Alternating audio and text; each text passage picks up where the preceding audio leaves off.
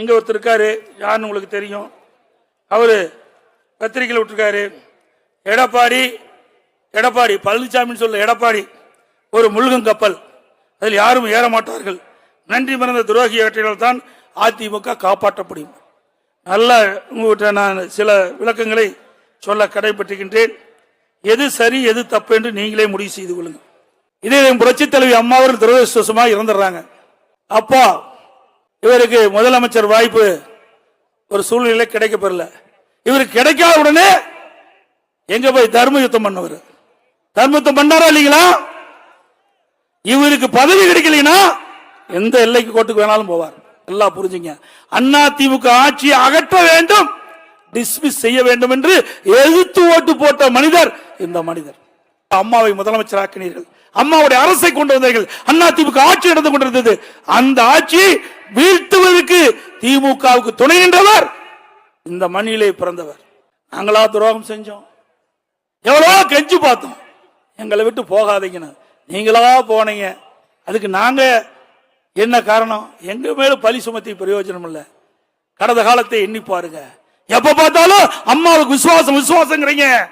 89ல இதே மாவட்டத்தில் ஓடியில் அம்மா நின்னாங்கல்ல, அப்ப யாருக்கு வேலை செஞ்ச? உங்களுக்கு எல்லாம் தெரியுமில்ல. நீங்க இந்த மண்ணில் பிறந்தவங்க தானே. நீங்க எல்லாம் கட்சியில் விட்டு அண்ணா திமுக ரத்தம் ஓடுதுல, அண்ணா திமுக ரத்தம் ஓடுதுல. அப்ப யாருக்கு வேலை செஞ்சார் சொல்லுங்க? யாருக்கு வேலை செஞ்சார்? யாருக்கு வேலை செஞ்சாரு? நீங்களே சொல்லுங்க. வெண்ணிராடை நிர்மலாக்கு செஞ்சார். இவரா அம்மாவுக்கு விசுவாசம்? சொல்லுங்க. அதே அனைத்து இந்திய அண்ணா திராவிட முன்னேற்ற கழகத்தின் சார்பாக சேவல் சின்னத்தில் எடப்பாடியில போட்டியிட்டு மக்களால் தேர்ந்தெடுக்கப்பட்டவன் நான். எப்பொழுது பார்த்தாலும் சீனியர். நீங்க 2001 எம்எல்ஏ, நான் 89 எம்எல்ஏ, 91 சேலம் மாவட்ட செயலாளர், 91 எம்எல்ஏ, 89 எம்எல்ஏ, 91 எம்எல்ஏ, வாரிய தலைவர். அதோட 1998 சீட்டு கேட்காம எனக்கு அம்மா கொடுத்தாங்க எம்பிக்கு, நாடாளுமன்ற உறுப்பினர். 1998 நாடாளுமன்ற உறுப்பினர். உங்களுக்கு முந்தியே 11 ஆண்டுக்கு முந்தியே வந்தேன். கட்டளையை முடக்க வேண்டும் என்று தேர்தல் ஆணையத்துக்கு கடிதம் கொடுத்தவர்.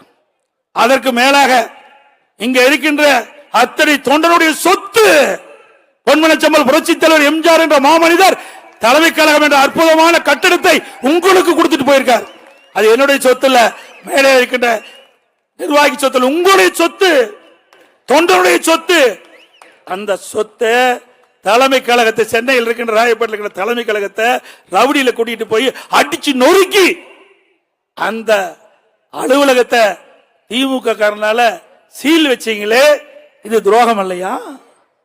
சிந்திச்சு பாருங்க. ஆனா உங்களுக்கு வாய்ப்பு கிடைச்சது, நாங்கள் ஏற்றுக்கொண்டோம், உங்கள் பின் நின்றோம், உங்களோடு தோளோடு தோளாக நின்று பணியாற்றினோம். ஆனால் உங்களுக்கு பதவி இல்லை என்று சொன்னால் யாரையும் ஏத்துக்க மாட்டார்.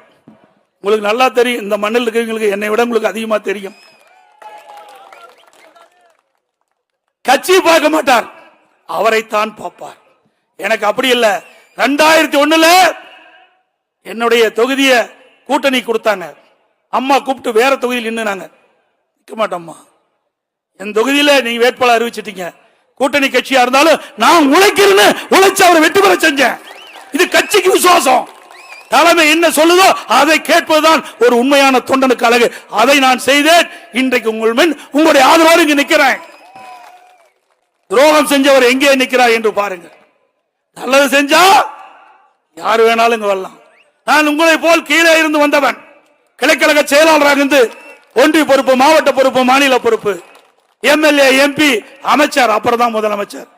இப்படி படிப்படியாக உயர்ந்து உழைப்பால் உயர்ந்து நிற்கிறேன். முழுகிற கப்பல் இல்லப்பா, இது கரை சேருகின்ற கப்பல். இந்த கப்பல்ல ஏறணும் பிழைச்சுக்கலாம், கப்பல்ல ஏறாதவன் நடுக்கல்லே போகலாம். யார் நடுக்கல்ல போறான்னு உங்களுக்கே தெரியும். என்னை பொறுத்த வரைக்கும் நான் எந்த மேடையிலையும் யாரையும் தவறா பேசினதில்லை. இவர் கூட நான் அண்ணன் தான் சொல்றேன், ஏன்னா நம்ம வயதிலே மூத்தவர்.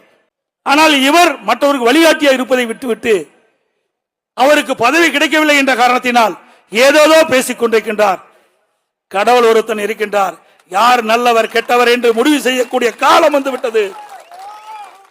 இன்னும் ஒன்று சொன்னார், 2026 அண்ணா திமுக இருக்கார் சொன்னார். 2026 இதே மேடைக்கு நான் வருவேன். மீண்டும் அண்ணா திமுக ஆட்சி மலரும்.